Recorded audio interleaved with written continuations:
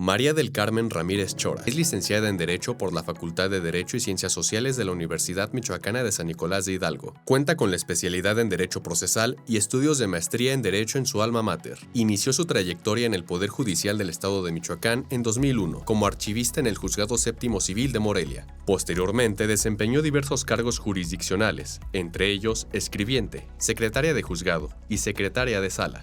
En 2015 fue designada jueza de primera instancia, función que desempeñó en juzgados civiles y familiares de Ario de Rosales, Sinapecuaro, Apatzingán, Uruapan y Morelia. En marzo de 2023, producto de un concurso de oposición, fue elegida como magistrada de la Cuarta Sala Civil del Supremo Tribunal de Justicia del Estado. Ha participado como ponente en numerosos cursos, talleres y conferencias en materia civil y familiar, tanto en el Poder Judicial como en instituciones académicas, y cuenta con una amplia experiencia en docencia, particularmente en temas de oralidad familiar, jurisprudencia y derechos humanos. En el marco del Día del Abogado y la Abogada 2025, fue reconocida por diversas agrupaciones con la Venera a la Judicatura, un reconocimiento de la comunidad jurídica por su trayectoria. Derivado de la reforma judicial y tras resultar electa por voto popular, fue designada como magistrada de la primera sala colegiada en materia civil de la región Morelia, cargo que asumirá en septiembre de 2025. Muchísimas gracias por acompañarnos en esta segunda temporada del Arte de lo Bueno y lo Justo, una producción del Poder Judicial del Estado de Michoacán y el Sistema Michoacano de Radio y Televisión. Saludamos también a quienes se suman a través de la emisión de Vox FM. Un gusto que nos acompañen para hablar de un tema muy importante, la escucha de niños, niñas y adolescentes en un proceso judicial. Ya lo escuchó usted, nuestra invitada del día de hoy, María del Carmen Ramírez Chora, quien lleva décadas, casi una década, dedicada especialmente a esta tarea. Muchísimas gracias por acompañarnos hoy. Bienvenida, Hola. magistrada. Gracias, Astrid. Bonita tarde. Y aquí es con gusto de saludarte y sobre todo agradezco la invitación para hablar de este tema que de verdad es apasionante, pero también muy importante. Claro, muchas veces desconocemos todo el proceso que les implica a las personas juzgadoras tomar una decisión y creo que dentro de ellos la escucha de niños, niñas y adolescentes debe ser muy importante, así que me gustaría empezar por eso. ¿Qué entendemos por esta escucha? Bueno, se entiende por escucha precisamente el conocer la opinión de un niño, una niña o un adolescente que está inmerso o sus derechos están inmersos en alguna contienda de carácter judicial y es precisamente escuchar de viva voz esa opinión proveniente del niño, la niña o el adolescente, sin que exista alguna directriz o una limitante, el tema de la edad. ¿Es un criterio, está fundamentado en la ley? ¿De dónde viene esta escucha? Fíjate que sí es importante, sí hay un fundamento esencial. Si lo vemos desde el plano constitucional, tenemos el artículo primero, el artículo cuarto de la Constitución Política de los Estados Unidos Mexicanos, pero también en tratados internacionales, quienes de una manera más directa lo mandatan, que es el artículo 12 de la Convención sobre los Derechos de los Niños, Niñas y Adolescentes. Ahora que si lo aterrizamos a la materia de que se trata, por ejemplo, las materias en las que habitualmente tenemos escucha de menores, que es la materia penal y la materia familiar, pero con mayor, digamos, afluencia o en este caso se requiere mayor ejecución en escuchas, es en la materia familiar. Y en estos casos se podría decir que el Código Familiar para el Estado también prevé lo relativo a las escuchas y una directriz precisamente considerando estos apoyos que te acabo de referir o artículos para poder desarrollarlas en términos generales, pero también existen protocolos para juzgar con perspectiva de infancia y de adolescencia que nos establecen reglas mínimas básicas para poderlas llevar a cabo. Claro. ¿Cuál es la importancia de hacer esta escucha en las materias que ya nos mencionaba? La importancia es, estamos respetando un derecho fundamental de los niños, niñas y adolescentes, pero para esto es con la finalidad de garantizarles un pleno acceso a la justicia, pero también es un elemento de prueba o considerar un elemento de prueba valioso porque la opinión de los niños, niñas y adolescentes debe de ser tan importante para que pueda generar en el ánimo de cualquier persona juzgadora qué decisión tomará para poder resolver cualquier derecho que esté en contienda y que directamente tenga que ver con esa esfera jurídica en la que se ven inmersos los derechos de un niño, niña o adolescente. En estas escuchas, ¿cuál es la información que se busca obtener? ¿Qué es lo que nos pueden compartir los niños, niñas y adolescentes? Fíjate que todo es casuístico y dependiendo qué es lo que generalmente se está recabando y dependiendo también de la clase de juicio. Podemos tener algún juicio donde la contienda tenga que ver necesariamente, por ejemplo, con su custodia o con la convivencia, incluso con una cuestión atinente a la patria potestad o con la comisión de un delito donde la víctima, pues obviamente sea la persona menor de edad. Tenemos que atender a cualquiera de los hechos que se refieran en cualquier procedimiento judicial, independientemente, por ejemplo, de estas dos materias que tienen mayor carga para poder considerar una escucha de una persona menor de edad, y de esa forma podemos nosotros obtener los datos, por ejemplo, ya sea de su vida en cotidiano, de las personas que lo cuidan, cómo percibe la relación, por ejemplo, en el caso de familiar, su relación con cualquiera de los familiares que están ahora sí que buscando un cuidado, una convivencia o cualquier cuestión atinente a la persona menor de edad. Y por qué no decirlo, tratos especiales en materia penal cuando la persona menor de edad pues es víctima de cualquier delito o del delito en trato. ¿Y quién es quien hace esta escucha, quien escucha a los niños, niñas y adolescentes? Fíjate que aquí participamos varias personas, y digo participamos porque en algún momento, ahorita como magistrada yo reviso, por ejemplo, escuchas por lo que vea la materia familiar, pero cuando efectivamente nosotros lo desahogamos, y digo nosotros porque me siento todavía como esa persona juzgadora en el momento de la revisión, pero también lo llevé a cabo, si lo vemos en materia familiar obviamente y también en materia penal, tiene que estar presente el juez o la jueza a cargo. Debe de estar presente un agente del Ministerio Público, debe de estar presente un tutor o tutora, que generalmente son personal del sistema de desarrollo integral de la familia, que es quien representa también los intereses de la persona menor de edad, dado que están en conflicto los de sus representantes legales, y necesariamente un especialista en psicología, porque se tiene que cuidar las emociones de la persona que está siendo escuchada. Entonces, aquí es uno de los aspectos importantes. Eso no nos exime a los demás o a los que estamos participando de tener el conocimiento mínimo, básico, indispensable, cada uno con sus respectivas facultades o funciones para poder llevar a cabo una escucha de manera clara y asertiva, pero sobre todo que sea pues suficiente para aportar el material probatorio que nosotros podríamos considerar y que puede ser hasta incluso determinante para la solución de algún litigio o incluso de una medida cautelar en forma inicial.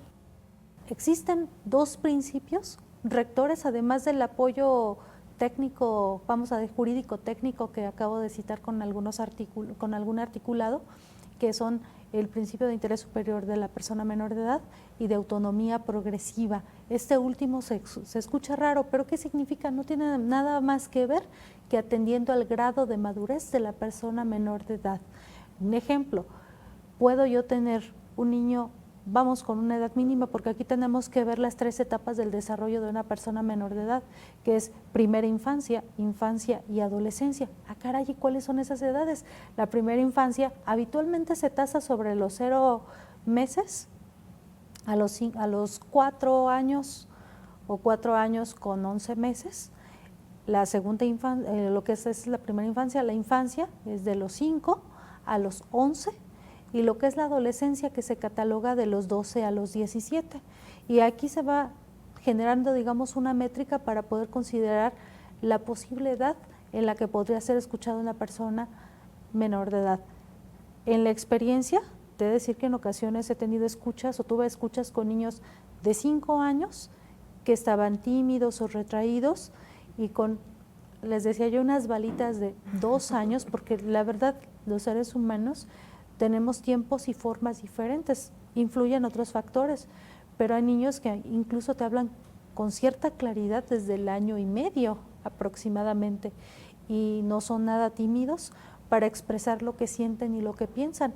Por eso no existe un parámetro como tal, además de que tenemos que cuidar todas las las circunstancias que yo les digo que siempre adornan a una persona menor de edad para poder llevar a cabo o recabar su opinión, que siempre va a ser importante en juicio. Así que, conclusión, no existe un parámetro como tal. Algunos dirían, bueno, vámonos a un caso complejo. Por ejemplo, ¿podrías escuchar a un bebé de meses o un bebé de 1 año, por así decirlo? Vámonos con un parámetro corto dentro de la primera infancia. Yo les puedo decir que sí. Y todo depende tanto de conocimiento, pero también de otra circunstancia. Con palabras simples o coloquiales se requiere cierto ingenio. Ingenio para recabar, porque se entiende que la escucha debe de ser de manera directa o de viva voz. Pero con una persona de esa edad, de 0 meses a 1 año, ¿qué podría yo obtener como datos? Porque habitualmente o en la práctica algunas personas juzgadoras optan por llevar a cabo la escucha a través ya sea de sus padres o del tutor que se les asigna en juicio, que es algún representante del DIF, para no decir todo el nombre completo de la institución, pero finalmente no es una escucha de manera directa y rompe con lo que se pretende de la opinión. ¿Qué podríamos hacer? Bueno, aquí debemos de ser siempre cuidadosos. La persona que se encarga del cuidado de la persona menor de edad bien lo puede presentar al juicio.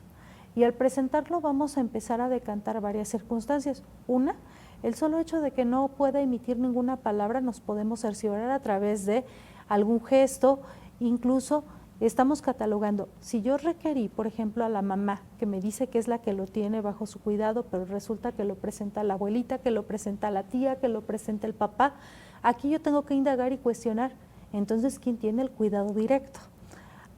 Generalmente los apegos son importantes y si eres un poco más observador te vas a verificar si la persona que presenta a la persona menor de edad, si esa persona tiene cierto apego o el niño o la niña, en este caso el niño o la niña de esa edad, tiene ese apego con la persona que lo tiene. Ahora podemos ver su aspecto físico y no se requiere a veces tantos conocimientos especiales cuando podemos verificar si hay limpieza, si te presentan a un niño o a una niña limpio, si se puede advertir que su talla no coincide con lo que en lo genérico podríamos tener o comprender, o sería un foco rojo o ámbar, si ustedes gustan, de ver si hay algún, no sé, algún dato de desnutrición, por ejemplo, o si podemos apreciar algún problema de motricidad. Hay niños que incluso pueden estar bien estimulados, por ejemplo, uno de 1 año, recuerdo que ya estaba empezando a caminar, entonces el solo hecho de ver que camina, que se mueve, podemos considerar que hay cierto cuidado, que hay también, es un niño que está siendo estimulado, y también cuando conocen algo bien básico, oye, ¿dónde está tu cabecita? ¿Dónde está tu manita? También eso te está ayudando a poder hacer una referencia de qué está pasando. Y en un momento dado, si queremos indagar, dependiendo de las circunstancias, con lo que pudimos apreciar físicamente de esa persona menor de edad, hasta podemos decretar otro medio de prueba que puede ser complementario, por ejemplo, una inspección judicial al domicilio donde habitan para poder considerar cómo es su entorno y nosotros tomar nuestras propias conclusiones. Así que debemos de estar prestos a cualquier o tener mucha atención a cualquier incidencia que se genere a través de la escucha. En el caso de los niños un poco más grandes y que puedan expresarse a través de la palabra, debemos de tener ciertas habilidades precisamente para poder hacer que se comuniquen con nosotros. Claro, y con los adolescentes también, que muchas veces a lo mejor están en una situación de conflicto, ¿no?, en el hogar, y me imagino que también es una forma especial de hablar con ellos, de tratarlos y pues llegar a ellos. Totalmente, te voy a decir una cosa, yo creo que aquí es algo importante y me voy a robar una palabra de los que utilizan más en psicología, que es el famoso, algunos lo llaman report o rapport, dependiendo de cómo se pronuncia, pero ¿qué es eso? Es esa conexión emocional que la persona que va a entrevistar tenga con la persona menor de edad, es generar ese vínculo de confianza para que se puedan abrir. Hay ocasiones de que debes hasta de utilizar lo más mínimo. Recuerda a un adolescente que, primero, no quería ir al juzgado, segundo, decía yo que voy a hablar con una bola de desconocidos respecto de lo que a mí me aqueja o lo que yo siento, lo que yo pienso con relación a mi problema de familia. Pero aquí, antes de poder decir, y hay ocasiones de que no te quieren contestar, es más, no te dirigen ni la mirada. Entonces tienes que buscar o analizar o revisar qué es lo que tiene la persona para poder enganchar. Recuerdo mucho a esa adolescente que tenía 15 años y que de plano estaba en un plan muy rebelde, pero me percaté que tenía unos anillos, por ejemplo, de calaveras. Y empecé por ahí, oye, qué bonito anillo, ¿para ti qué significan las calaveras? Y me empieza a decir el significado y realmente algunos relacionamos las calaveras con otras circunstancias, con una festividad, por ejemplo, y ella tenía como una idea del renacer. Entonces, como que ya traía una cuestión un poco filosófica, pero de ahí te aprovechas para poder ganar su confianza y después de eso ya te abren, digamos, sus vivencias en el entorno familiar, porque debemos de ser cuidadosos con la información que vamos a recabar. Podemos utilizar aspectos para ese report o rapport, que es qué color te gusta, tu materia favorita, etcétera, etcétera. Esos detalles solamente nos sirven para conectar, pero ya cuando ya realizamos esa escucha que debe de ser como si fuese una entrevista, que no se siente interrogada la persona, pueden salir las cosas en lo cotidiano, sobre todo, por ejemplo, quién se encarga más de su cuidado directo, quién lo lleva a tal, quién cubre sus necesidades básicas, si son víctimas de algún tipo de violencia, no utilizar a lo mejor la palabra violencia, pero sí con palabras que nos lleven o nos encaucen a ello. De entrada tenemos que tener el conocimiento en la materia y por la razón por la que estamos llevando la escucha.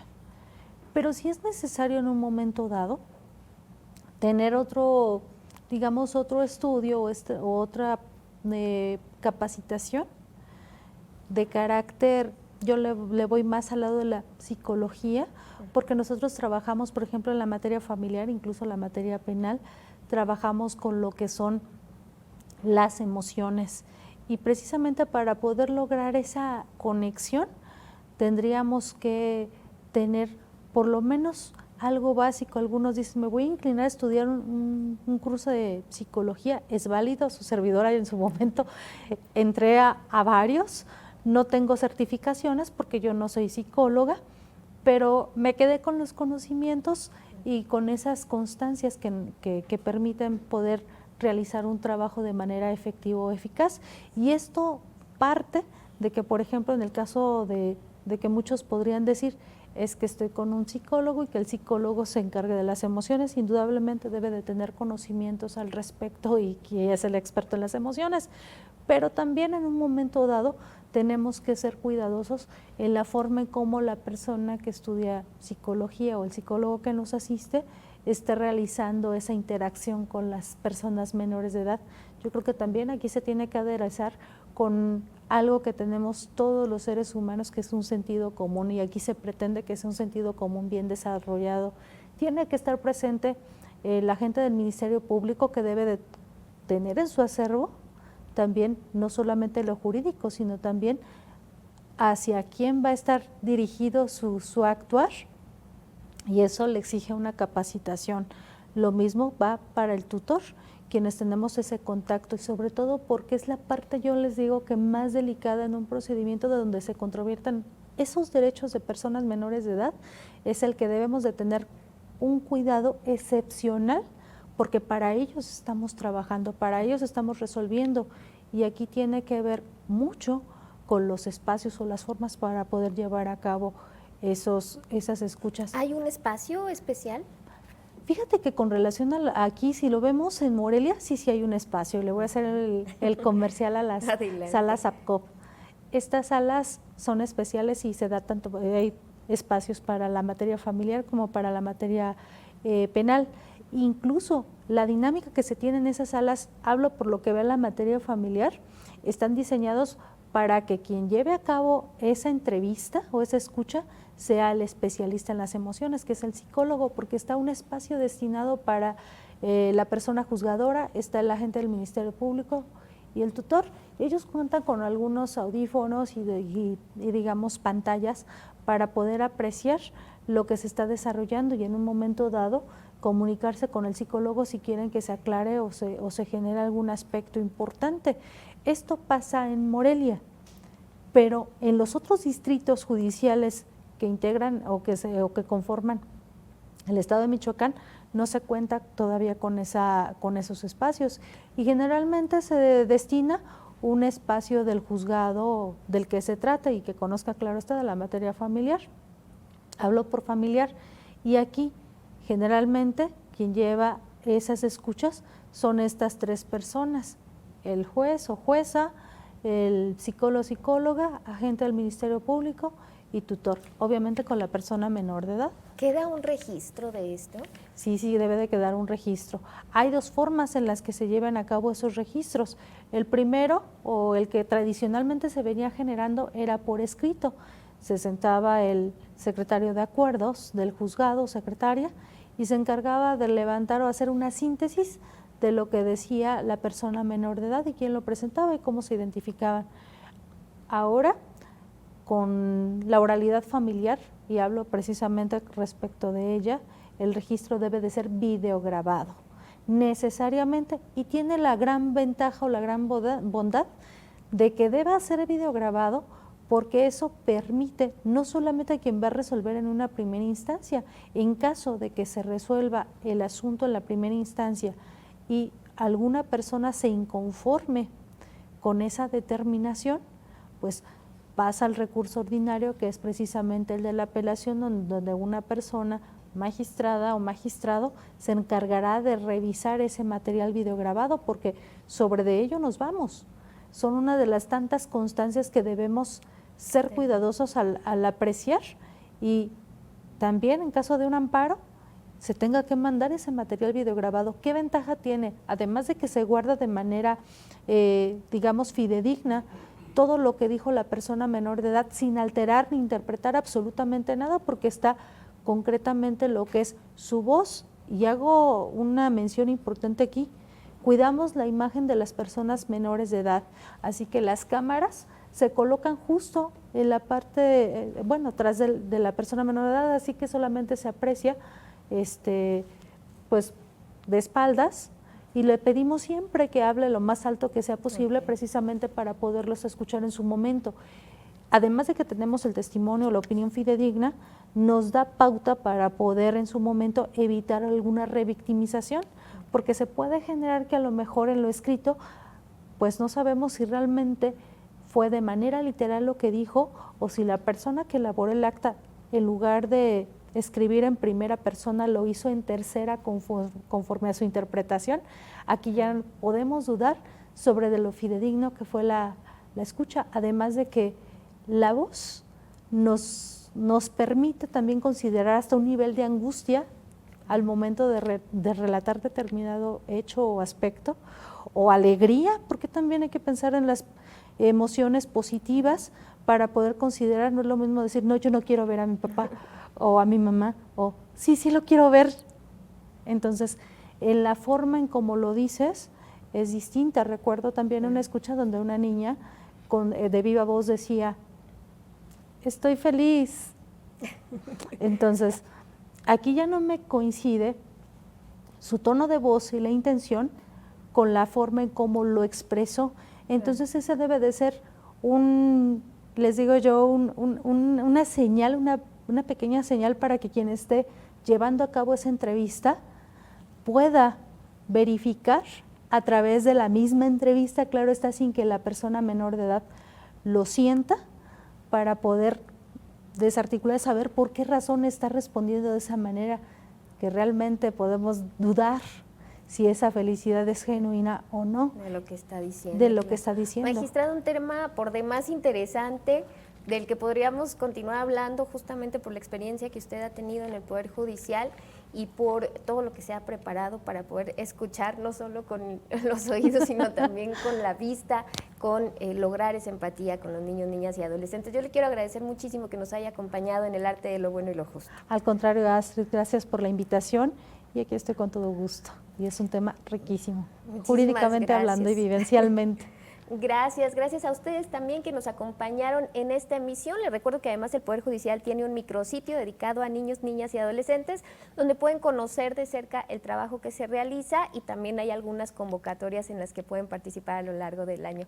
Muchísimas gracias por habernos acompañado. Un saludo a la audiencia de Vox, del Sistema Michoacano de Radio y Televisión, y por supuesto les recuerdo que esta es una producción del Poder Judicial del Estado de Michoacán. Les esperamos la próxima.